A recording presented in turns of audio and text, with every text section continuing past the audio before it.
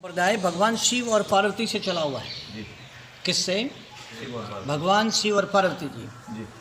शिव जी का आदिकाल का नाम है आदिनाथ शिव जी। और पार्वती जी का नाम है उदयनाथ पार्वती। जी। ये उदयनाथ जी हैं। जी। ठीक है।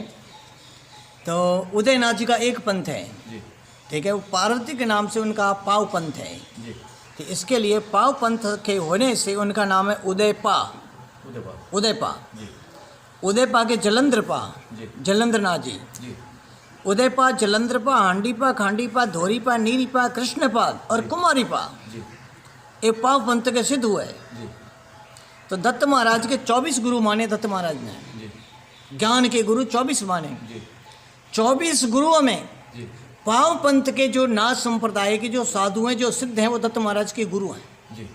सन्यास इस बात को नहीं मानता। जी। जी।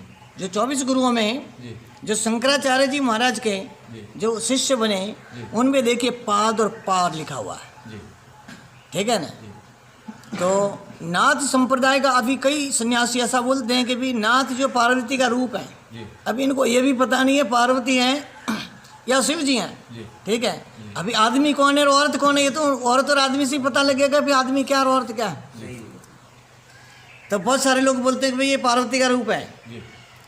तो बहुत सारे सन्यासी इस बात को नहीं मानते। जी। सन्यास के जितने अखाड़े हैं जी। वो सभी मड़ियाँ जी। नाथ जी के नाम से चलती है। जी। सब नाथ जी ने मड़ियाँ दी हुई है। दरिया नाथी ने। हाँ, जितने भी नाथों की मड़ियाँ हैं वो सब मड़ियाँ नाथ जी ने। 52 मड़िया। हाँ, 52 मड़ियाँ हैं। जी। 51 मड़ी है इनकी। 51 मड़ी नाथ जी ने शंकराचार्य जी को दी थी सनातन धर्म की स्थापना करने के लिए। जी।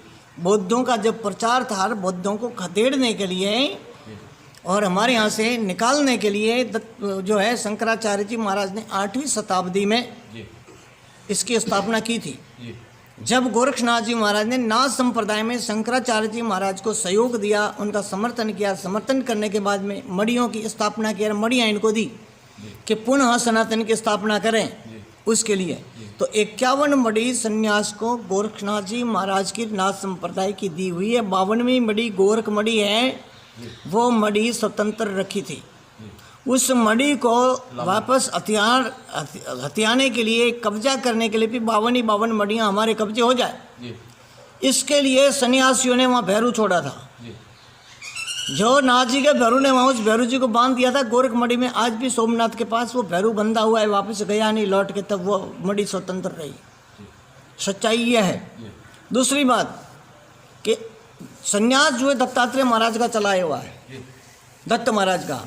दत्त अत्रेय ऋषि के पुत्र थे दत्त महाराज।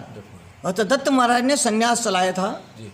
जो सन्यास एक ही था। जी। शंकराचार्य जी महाराज ने 10 नाम सन्यास की स्थापना किया। तो दत्त महाराज के 24 गुरुओं में जो भी इनके कंठी माला रुद्राक्ष जो भी दिया है, जी। वह सब पाव पंथ के साधुओं के द्वारा उनको दिया गया है। जी। ठीक है। इसीलिए गोरक्षनाथ जी के और दत्त महाराज के संवाद में जी। गोरक्षनाथ जी को और दत्त महाराज को समान संज्ञा दी गई है। समान संज्ञा इसलिए दी गई है जी। कि इधर दत्त महाराज थे, इधर गोरक्षनाथ जी महाराज थे, उधर बीच में एक औगर था। जी। ठीक है। जी। तो उधर से चलम चलती थी, जी। तो औगड़ बीच में दम लगा के दत्त महाराज को देता था और उधर से वापस चलम आती थी, दम लगा के वापस गोरखनाथ जी की तरफ पहुंचाता था। जी। इसके लिए कहावत कही गई है कि दत्त गोरख की एक ही माया, बीच में औगड़ समाया। इसलिए कहावत है औगड़ जो है अनगढ़ स्वरूप है। क्या है? अनगढ़ स्वरूप है। जब तक कान में कुंडल नहीं होते हैं तब तक वो नाथ नहीं कहला जाता है, वो अनगढ़ है। ठीक है।